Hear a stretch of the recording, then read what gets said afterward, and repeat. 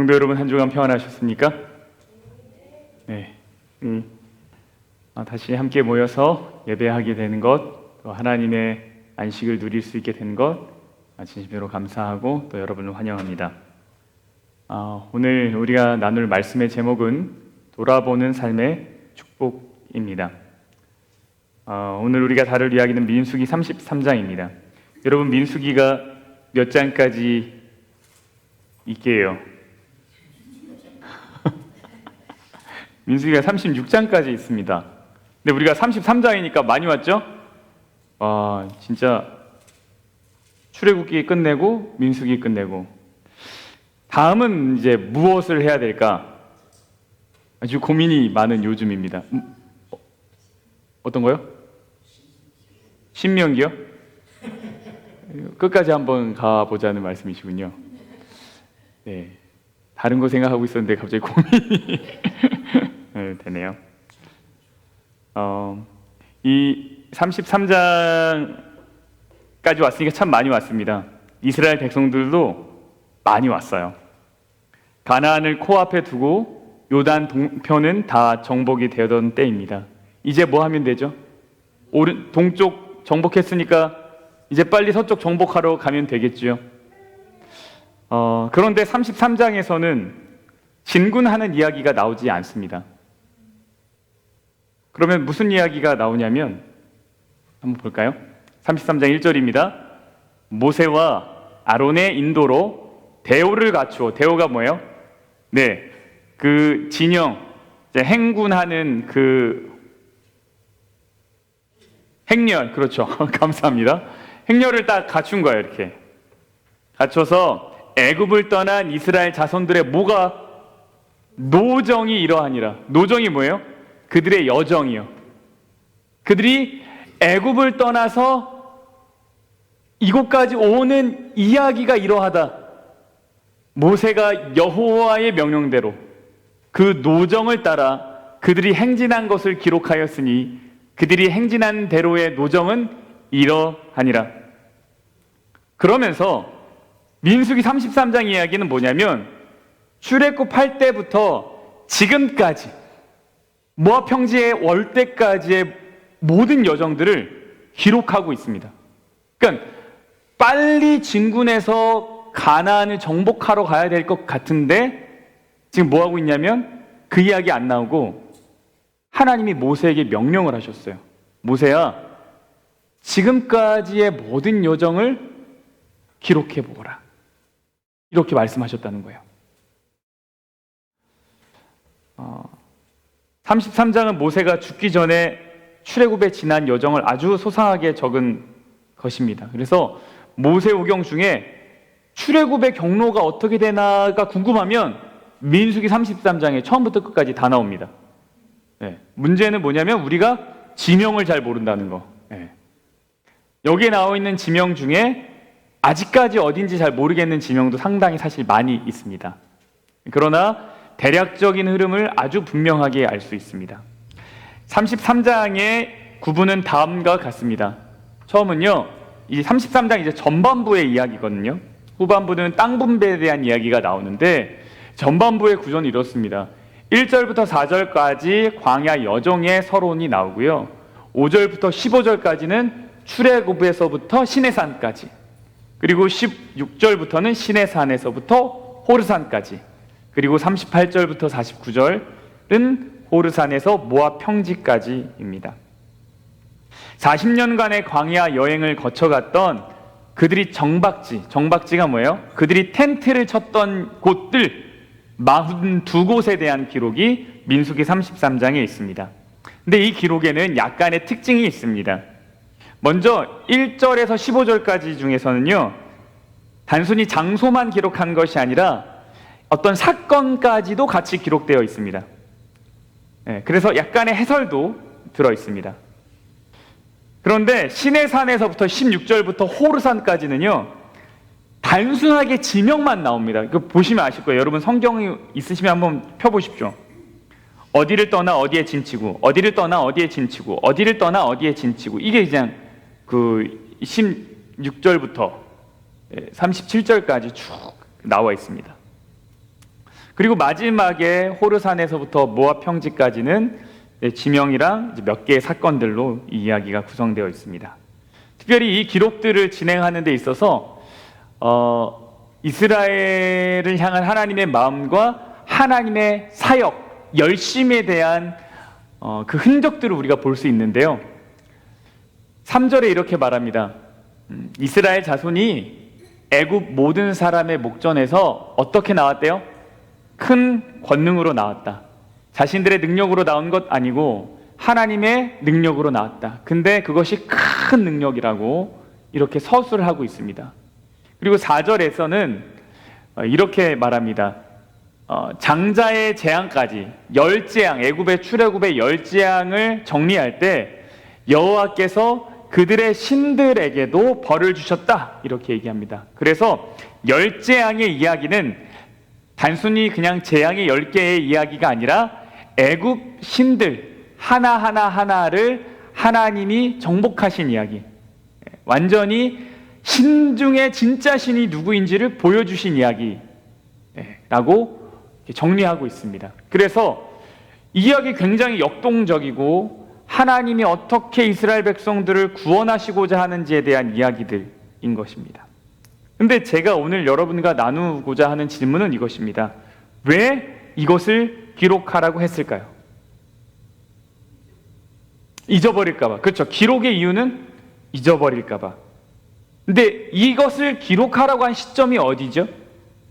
가나안에 도착해서 그 앞을 한번 너희가 과거를 한번 돌아보라라고 한 것이 아니고 가나안에 들어가기 전에 하는 거죠. 들어가기 전에 정리하는 거예요.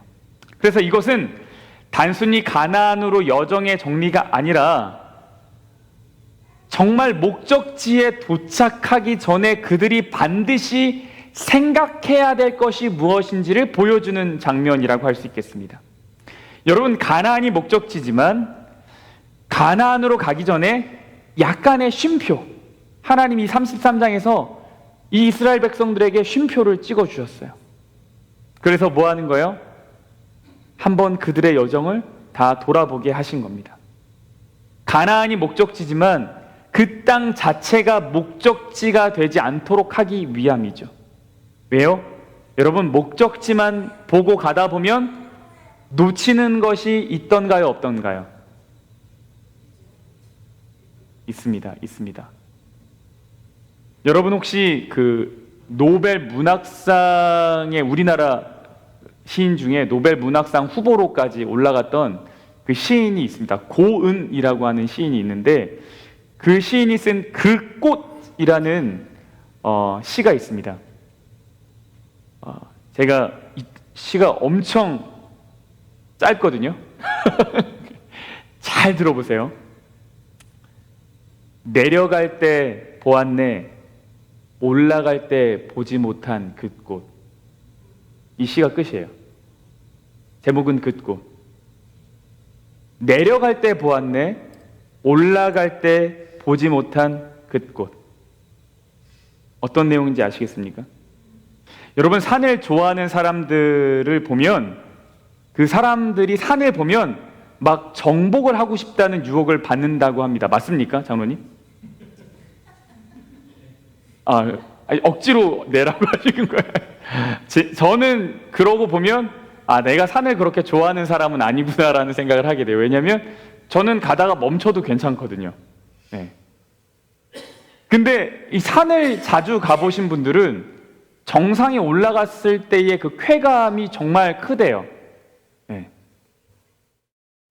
근데 여러분, 정상을 향해서만 가다 보면 종종 위험한 일이 생깁니다. 그리고 여러분, 정상이 높아질수록 더 위험해집니다. 그래서 아주 높은 정상의 산을 정복하다가 생명을 잃어버리는 경우도 있습니다. 오늘날 사람들이 인생을 마치 정복해야 하는 산처럼 생각하는 것 같습니다. 그래서 뭐 하지 못하냐면 뒤를 돌아볼 여유를 갖지 못하는 것 같아요. 뭐만 보고 가요? 정상만 보고 가요. 여러분, 고은 시인이 말하는 내려올 때 봤던 그 꽃은 갑자기 생긴 꽃이 아니죠. 언제도 있었어요?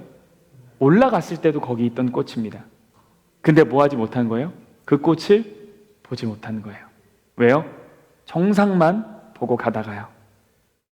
그 꽃이 내는 향기를 이 사람은 모르는 겁니다. 이 꽃이 바람에 하늘하늘 거리는 그 아름다운 모습을 보지 못한 거죠. 이 들꽃이 주변의 산과 환경 안에서 어우러져 있는 그 모습을 보지 못한 거예요. 여러분, 제가 진짜 이렇게 조금 신기하다고 해야 될까요? 아, 그렇구나 한 경험이 있는데, 아무리 꽃이 많은 꽃집에 가도요, 그 꽃이 정말 많아도 그냥 들에 흐드러지게 핀 꽃보다는 못하더라고요. 아무리 알록달록한 예쁜 꽃을 따다가 예쁘게 장식을 해놔도 그냥 길가에 핀 꽃들, 그것만 못하더라고요. 이 꽃이 주변 환경에 얼마나 하나님이 어떻게 다 거기에 두셨는지, 이 꽃의 색깔은 어떻게 그 푸르른 초록 잎과 어우러지는지 정상만을 보고 가는 사람은 모릅니다. 정말 아름다운 그 순간을 정상을 향해 가는 사람은 느낄 수가 없습니다. 여러분, 이제 막 봄이 지났죠? 누가 지금 예승이가 대답했나요?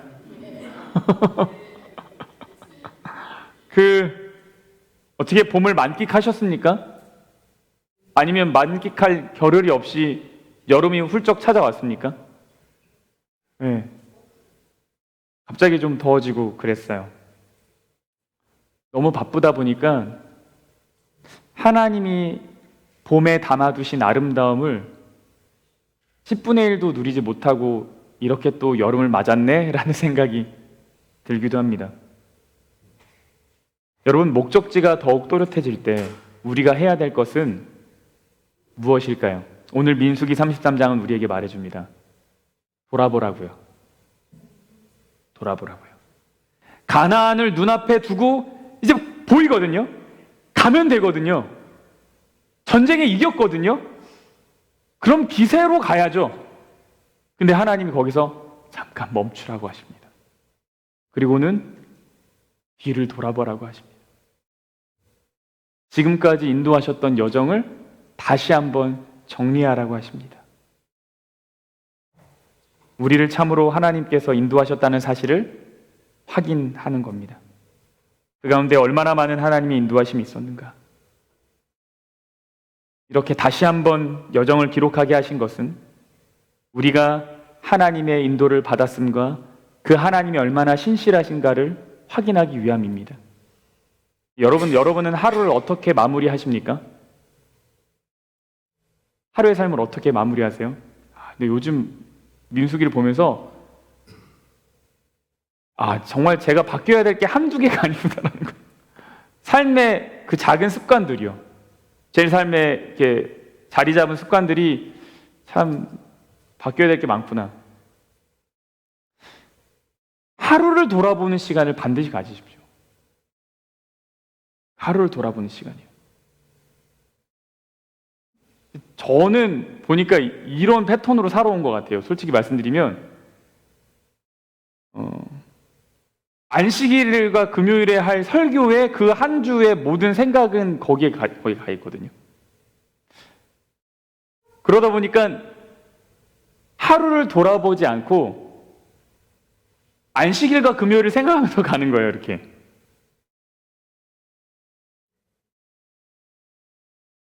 그런데요, 그게 참 저를 굉장히 긴장하게 하고 주변을 돌아보지 못하게 하더라고요.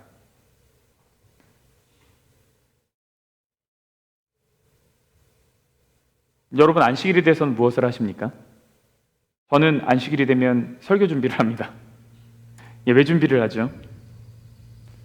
근데 제가 말씀을 읽으면서 다시 한번 깨달은 건 그럼에도 불구하고 한 주를 정리하는 시간을 반드시 가져야겠다.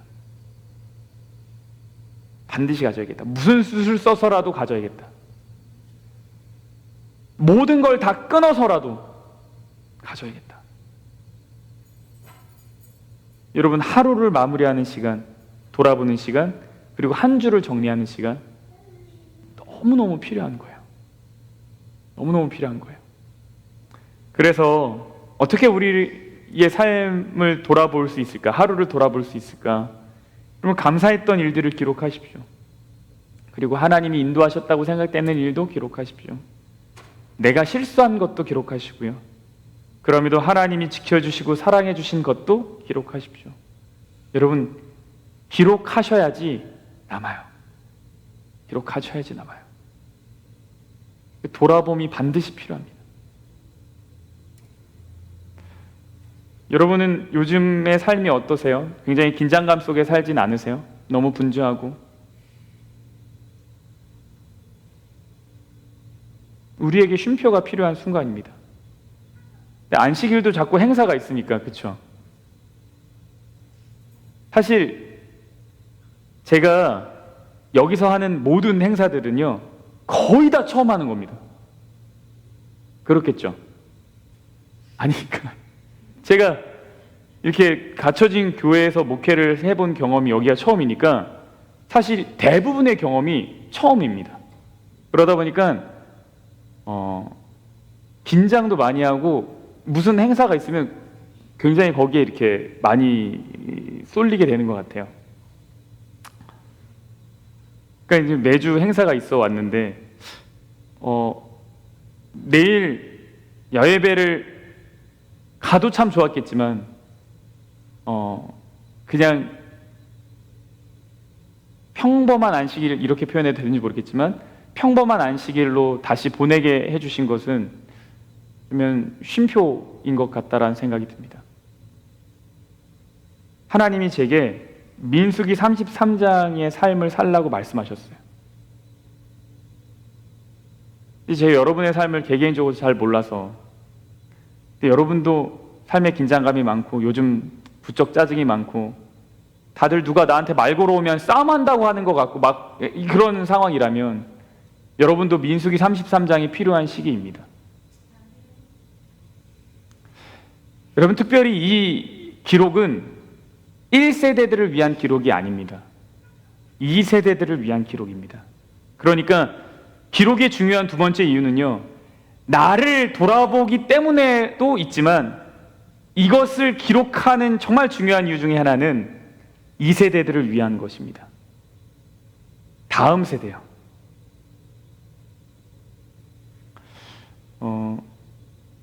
특별히 초반부의 기록들이 출애굽 1세대들만 경험했던 사건입니다. 그리고 중간에는 이제 지명들만 계속 나오잖아요. 이제 보면 뭐 하세롯을 떠나 리맛의 진을 치고, 리맛을 떠나 림몬 베레스의 진을 치고, 림몬 베레스를 떠나 림나의 진을 치고, 그냥 이렇게 아주 한 절 한 절이 단순하게 끊어져 가거든요. 이 세대들에게 이것이 무슨 의미가 있을까? 어떤 사건이 기록된 게 아니잖아요. 이게 무슨 의미가 있을까? 제가 곰곰이 좀 생각을 해봤습니다. 근데 이 세대들에게 이게 의미가 있겠더라고요. 왜 그러냐면 1세대들의 불순종 때문에 한 달이면 좋게 갈 수 있는 거리를 38년 동안 간 거잖아요. 그 38년의 여정을 기록한 거예요. 이런 거예요. 우리가 샬롯에 사는데 목적지가 아틀란타라고 치면 샬롯, 그린빌, 아틀란타죠. 그린빌이 어딘지 모르십니까? 네네, 아무튼 있습니다. 샬롯, 그린빌, 아틀란타인데 지금 기록이 어떻게 나왔냐면 샬롯, 그린빌, 애쉬빌, 그린스보로, 랄리, 페이빌, 콜롬비아, 그린빌, 이렇게 되는 거예요. 그리고 이것을 누가 읽은 거죠? 이 지도를 잘 아는 사람, 이 지명을 잘 아는 제 아들이 물어보는 겁니다. 아빠 어디 갔다 왔어? 아빠 아틀란타 갔다 왔어. 그래? 그리고 이제 제가 다녀왔던 그 어플리케이션 맵을 켜가지고 기록을 봤는데 어떻게 갔어요? 완전 막 뺑뺑뺑 돌아갔어요. 그럼 뭐라고 생각하겠어요? 뭐 하는 사람이지 이 사람? 4시간이면 갈 거리를 어디까지 돌아갔지? 이 지명을 기록하면서 이 세대들이 아는 거예요. 비록 뭐는 없지만요, 어떤 사건이 기록되어 있는지 있었는지 자세하게 기록되어 있지는 않지만, 그러나 그 여정 자체를, 지명 자체를 기록한 것으로도 우리가 하나님께 순종하지 않는 삶이 가져오는 결과가 무엇인지를 너무 분명하게 느끼게 되는 겁니다. 그래서 이 세대들이 이 여정을 보고 깨닫는 거죠. 그러다 보니까 이제 우리가 생각할 것은 나는 어떤 기록을 남기고 갈 것인가인 것 같아요.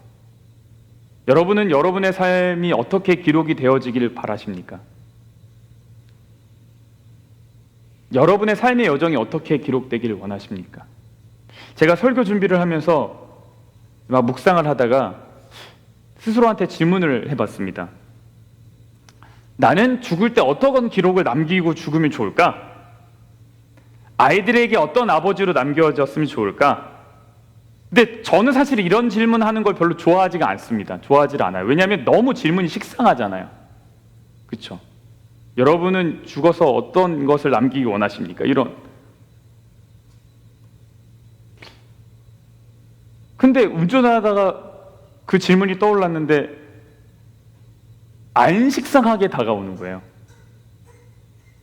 이게 질문이 별로여서 식상했던 게 아니라 질문이 굉장히 좋았는데 제 삶의 형편이 별로여서 질문이 별로였나 봐요. 이 말씀을 읽고 그 질문을 해보니까 이게 되게 중요하다라는 생각을 하게 됐어요. 그래서 질문을 해봤습니다. 나는 어떤 아버지로 남겨지기를 원하나? 어떤 남편으로 남겨지기를 바라나? 어떤 목회자로 남겨지길 바라나? 뭐 여러 가지 생각을 하게 됐죠. 그래서 능력 있는 아빠, 멋진 남편, 성공한 목사. 이게 딱 몇 가지를 던졌는데 엄청 답답한 거예요, 가슴이. 왜 답답했을까요? 전혀 그렇게 남겨지지 않을 것 같아서 답답한 거예요. 그리고 답답했던 이유가 뭐냐면 그렇게 남겨지려니 내가 감추어야 하고 꾸며야 할 것들이 너무 많은 거예요. 그러니까 저는 그런 사람이 아닌데 그걸 남겨지길 바라다 보니까 뭐 해야 될 것들이 너무 많아요.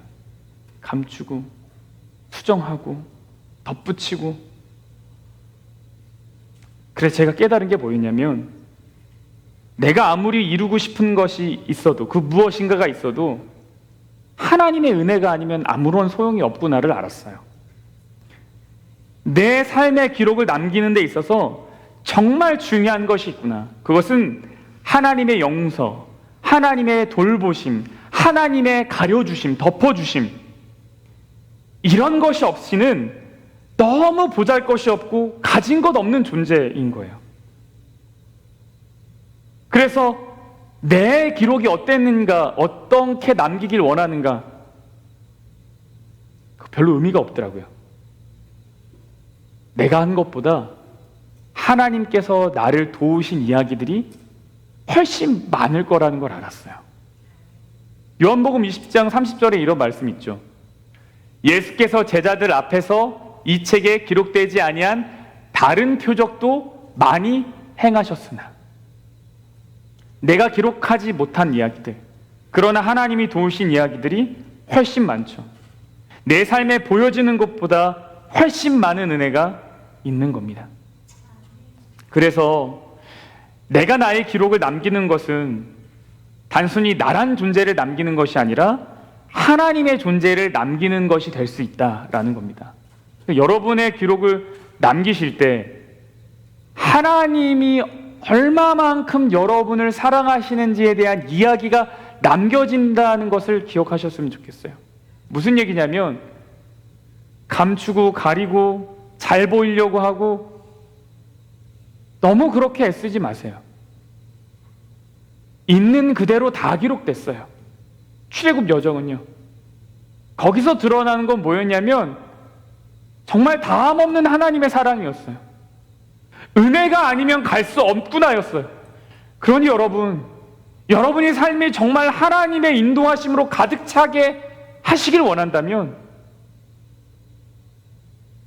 꾸미고 덧붙이고 감추기보다는 하나님 앞에 다 솔직히 드러내서 마음의 쉼표가 있는 삶을 사셨으면 좋겠어요. 그래서 제게 생각이 든 것은, 훗날 누군가 나에게 물어본다면, 누가 내 아이에게 너희 아버지는 어떤 삶을 살았어? 라고 물어본다면, 이 아이가 우리 아빠는 하나님의 은혜가 아니면 정말 살 수가 없는 사람이었습니다 라고 말했으면 좋겠다라는 생각이 들었어요.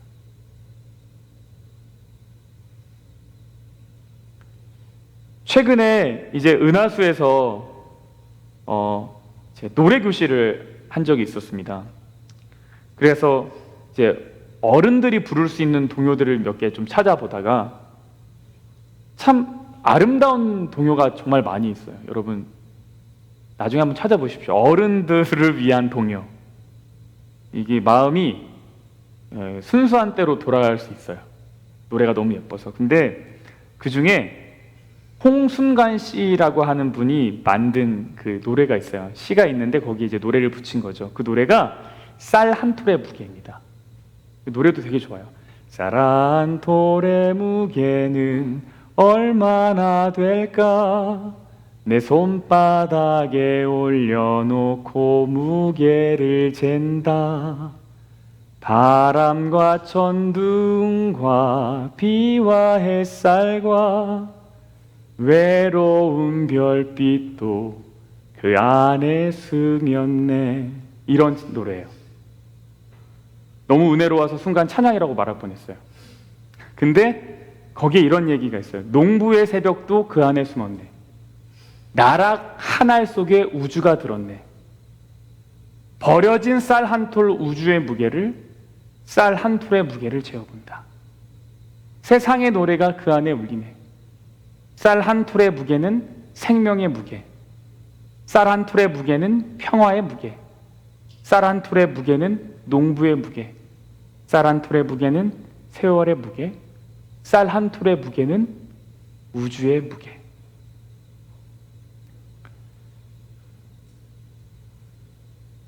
이 노래가 참 좋았어요.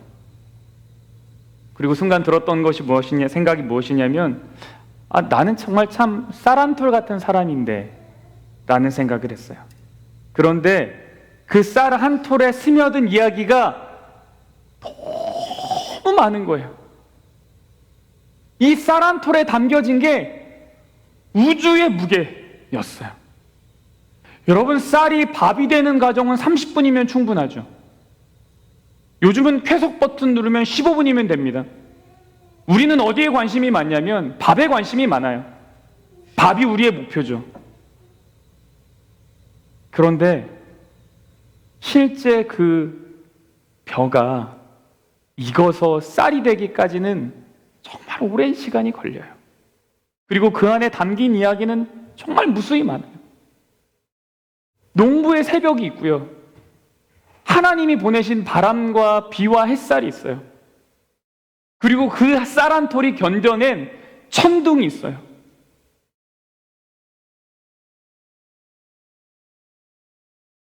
배를 채우기만 급급하면 나물 반찬에 뒤섞인 농부의 땀을 모르고 이 음식을 만들기까지 수고한 사람들의 정성과 수고도 모르죠.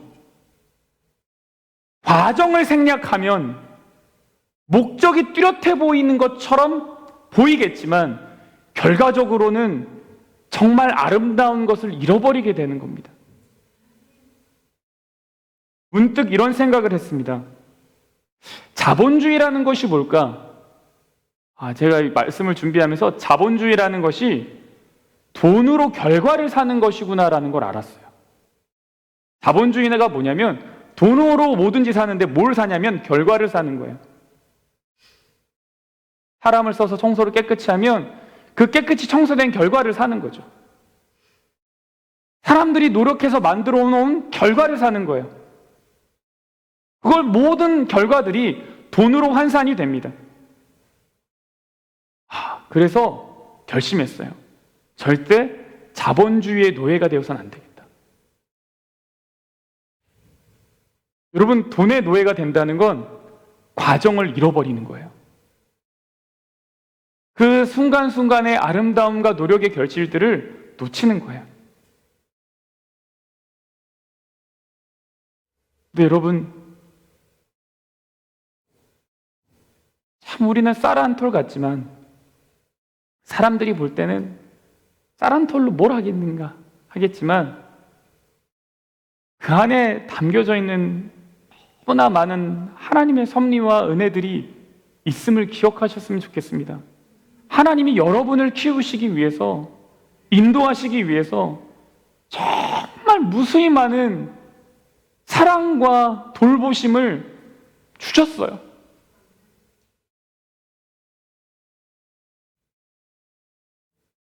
그래서 민수기 33장은 참 재미가 없습니다. 그러나 그 안에 담겨져 있는 이야기가 있더라는 거예요. 얼마나 재미가 없으면 성경절 3개밖에 없어. 가지고 올 게 없더라고요. 다 그냥 어디에 진쳤다 끝이에요. 근데 그 안에 담겨져 있는 나를 만드시는 하나님을 만나는 시간, 그 하나님을 마주하는 시간, 내 삶에 베풀어진 은혜를 돌아보는 시간, 그 민수기 33장의 이야기가 오늘 우리의 삶에 너무너무 필요하다는 걸 알게 되는 거죠. 내가 쓰는 이야기가 아니라 하나님이 쓰시는 이야기를 만나는 우리 모두가 되면 참 좋겠습니다. 네, 우리 이제 일어나셔서 함께 찬양하겠습니다.